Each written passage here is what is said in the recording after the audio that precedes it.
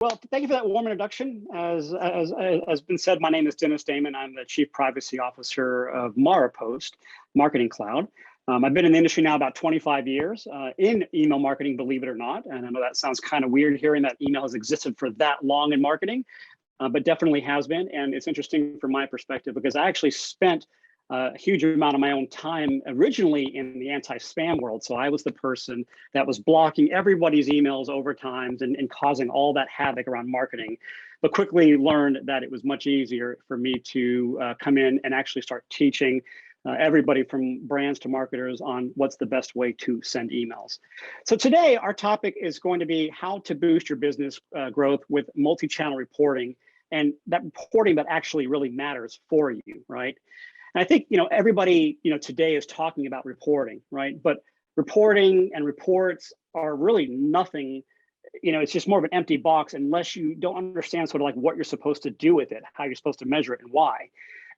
Some people have always heard me say on stage over time that, if reporting was so easy, we would all be, successful and millionaires, right? But doing marketing takes a lot of work because you have to look at a lot of measurements and data to understand what's going to be happening.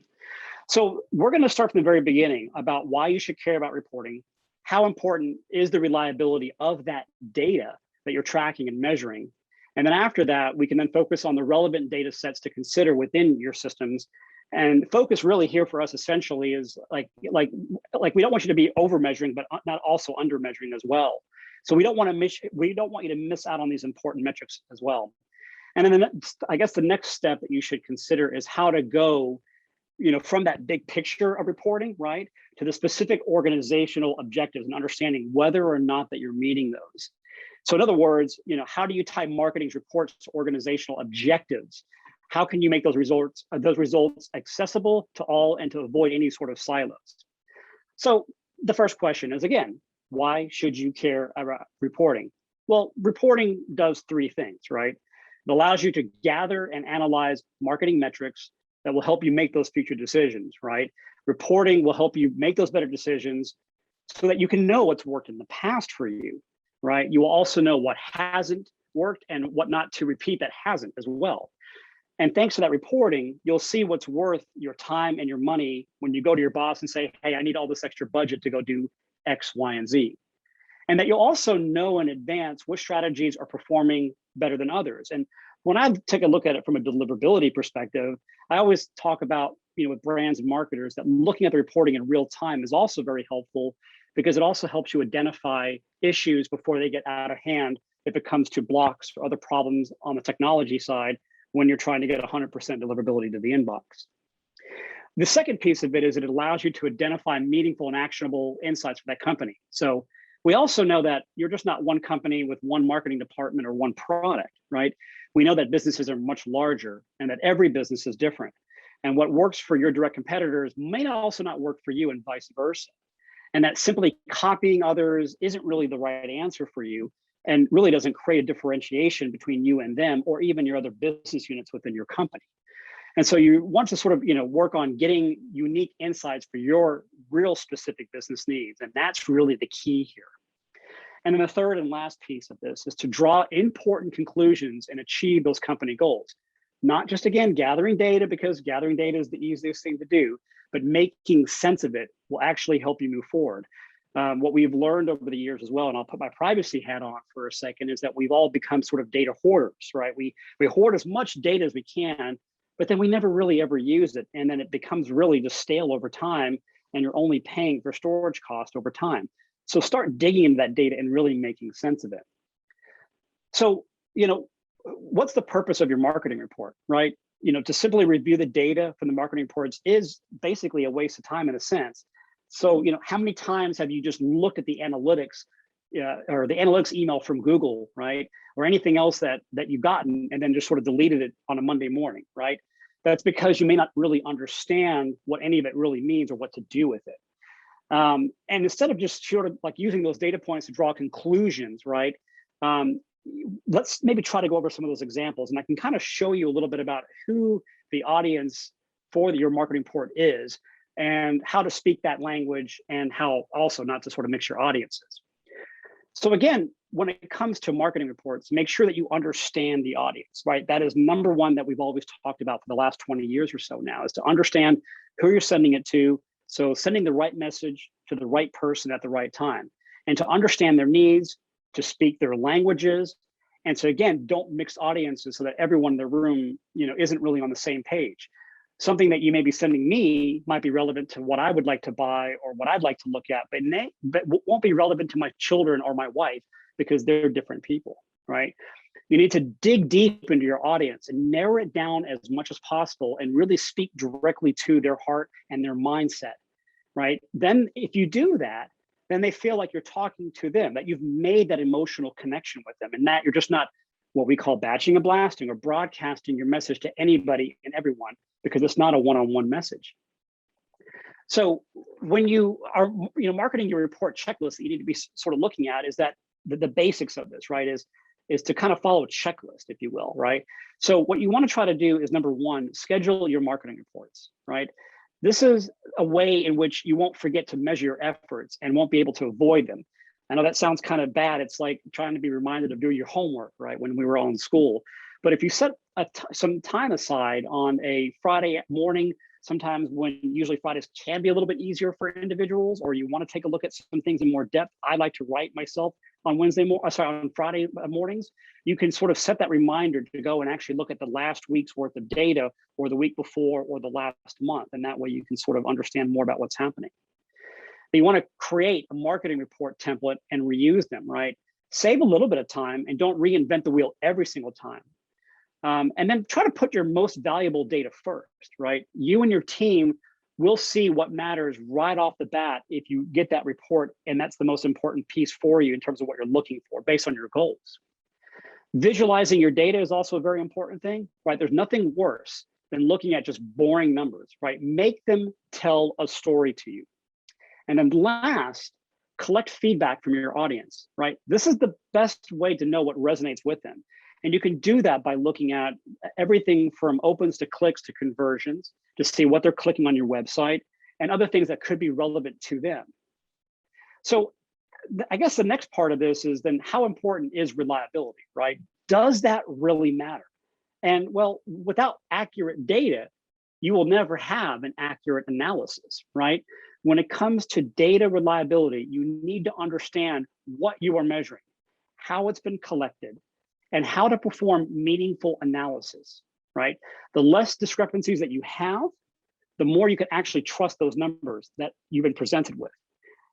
You also want to make sure that you take some time to improve the reports based on the industry standards to benchmark your results. You'll need to adjust those as you go. A very good example of that actually is the most recent changes that we've been seeing in industry along with Apple, where they are now going to be automatically taking images or opens, right? And they're going to be blocking who actually clicked on it and when they actually did it. And there's quite a bit of changes that all of us have had to go through in our own reporting. And then lastly, it's so important to simplify those complex matters, right? That's really the only way to make sense of it, right? So, take a look at those matters or those reports, and if something isn't making sense to you, that's okay, right? I think people sometimes look at the reporting and say, well, there's a lot of data here and it's got to be valuable, but I'm not even sure how to look at it or even how to use that data. So it's okay to go back and simplify it to make sense for you and others within your company so you know what those action items are. That takes us to our next point, which is about what relevant data sets that you should be considering when you're doing this, right? So I'm going to try to also give you some real world examples here in just a moment as well. But it all depends on what your business is in terms of what data sets that you have to consider, right? There's a couple of key metrics we'd recommend that you start off with, right? If you have an e-commerce business, right, the purchase history can help determine the monetary value of the success of that campaign. Standard email metrics such as delivered, opens, clicks can also help monitor the past campaigns and determine those results, but also what's happening in real time depending on the platform that you're using. Leveraging internet service provider metrics such as email status by provider. In other words, was the email delivered? Was it junked? Was it blocked? Are you doing things like doing mailbox report management, right? Those can all help you create segments, and that will also help you focus on more engaged audiences and their members by looking just at the information by the mailbox provider. Platforms like Maropost, we actually have a product called Inbox Aware that helps you monitor the after effect. So once you send that email out, and you know, obviously you'll see opens and clicks, you'll also be able to determine whether it was in that inbox, right? And then finally, the subscription growth and attrition, right? Such as unsubscribe rates, which nobody ever wants to talk about. Nobody ever wants to ask to allow a user to unsubscribe because that's a bad thing, right? But when we're in the deliverability world, the things that we talk about is quality over quantity when it comes to email. For those that are old enough, like myself, who were around in 2003, when canned spam came about, we all freaked out and basically said, oh my gosh, canned spam is going to kill email as we know it. And in reality, what it did is it reversed it. It actually made us look at that quality over quantity. We actually cleaned up our email list. And from the privacy perspective, right, you are under obligation under most regulations to unsubscribe people. And again, that's okay, because maybe it's not relevant to them at that one moment, and maybe they will come back and talk to you at some other point, or maybe it's just they've already bought, or maybe they just don't care. But going, you know, making sure that you're working on their subscription preferences, that's okay. And that sort of behavior can further help you grow your audience base, because again, if they find that you're respecting them, they might come back at a later date, right? And you also are getting rid of reporting that's doing you absolutely no good and is complicating the reporting that you're getting and that you're looking at on a regular basis. So how do you tie marketing reports into, you know, to these organizational objectives, right? Now that you know how to measure, right? How can you connect those metrics to your objectives? So basically, you need to answer the question of like, so what, right? So like, okay, what do I do? Like, I don't understand now. Well, all types of campaign reports, which give you a clear picture of how your campaigns are performing, right? You need to look at any sort of reporting that can tell you what your next move is going to be. Again, not focusing on those reports that do absolutely nothing other than say, yeah, we had some people that clicked, or yeah, we had some people that might have opened, but it doesn't go into any further informational, objectable, you know, information as to whether or not you now want a certain percentage of them to convert into a buying customer, right? You can make better strategic decisions based on your customers' past behavior as well, right? In that purchasing power. If they bought from you in the past, and as an example, I just bought a second time from a company that I bought last August, right? And now they're looking at this and realizing, oh, he may be coming back once a year. I'm sure what's going to happen is I'll be put onto another list for their latest and greatest products. And I'm probably going to search around and take a look at what they're sort of doing, right? But looking at that past purchase history and the current history can help you put together a little better information about what the metrics are important to you outside of just opens and clicks. Things like custom reports also helps you in comparing day-to-day, week-to-week, and month-to-month, quarter-over-quarter, and mid-year to mid-year, and even year-to-year analysis on campaign marketing. I know everybody just went, oh my gosh, that is a lot of reporting that we have to go through. And I'm not sure if we're going to be able to do all that. Well, again, what you want to start taking a look at is breaking people up by sort of when they tend to buy. The product that I bought was more of a summer-based product. And as the summer is coming off for us, I knew by buying the product again for this upcoming, for next year, I could actually get a discount right now by visiting their website, because summer is basically over here in Texas. So I'm actually kind of, you know, early buying, if you will. And that's good for them to sort of realize that my purchase habits are around September for their types of products or their type of company. So again, I'll probably start seeing a better marketing push from them every end of summer. And then, you know, the contact subscriptions, right? The trends behind those, right? SMS campaign marketing trends, ISP level of marketing trends, right? Looking at all of that information across different channels will also help you understand how you target the right audience. You know, like my sons who are 20, email is not that big of a deal to them. In fact, I think most of the time they leave about 50 to 100 emails unread in their inbox. They're more social app users, so they like to communicate with that little number, that little red number, depending on the app that you're using, or they're more likely to also send SMS, text, and also to interact with that. So what we are sort of talking about and taking a look at is then how do you break down the reporting for you, right? You know, are you looking at somebody who is at my age who loves email, or are you looking at, again, you know, a younger type of crowd that wants to use a different type of product? Or a communication method, I should say. And so by breaking that down will actually help you understand a bit more about what types of communications they want and when they want them. So I want to kind of jump through our customer success story, right? A company called Burn 20, right? Burn 20 came to Maropost with about 500,000 subscribers. They were really struggling with deliverability, and they really needed to help create a strategy that would maximize deliverability and really optimize their performance rates, right? And so they came to us to take a look at this. And with the help of our deliverability experts that we have here, we've got several. They were able to then start to really look at those lists and start treating them as a one-all, right? They began to segment those lists out based on timing, based on types of products, based on purchase habits, right? They were able to monitor and optimize then the deliverability and the engagement rates that they were hoping to get, as well as continuously work with their customer success team to maximize those results for them. And so when you take a look at sort of what the results were, right? There were 3 things that happened here, right? 27 new segments were created. Now, they went from basically 1 or 2 to 27. Sounds like a lot, and it really isn't in today's world of data that we have. But by using our cutting edge segmentation tools, we were able to provide them with the highest and deepest of insights, and specifically for their industry as well, right? We also like to look at it in terms of vertical space that they're in, right? They're not in groceries, they're not in airlines, right? They're in a completely different vertical space, and you also have to look at that as well.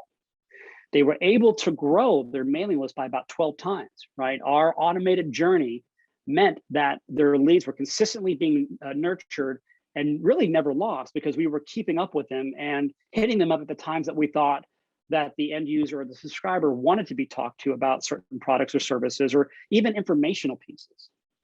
And then they were also able to increase 2 times open rates as well, right?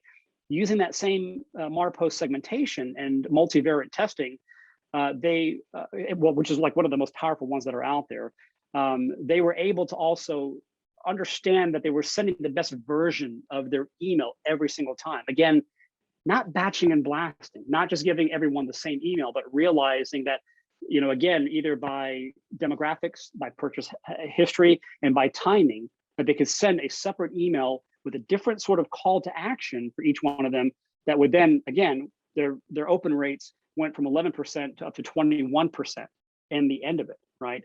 So using, again, these segmentation tools and multivariate testing really can help if you know how to use them.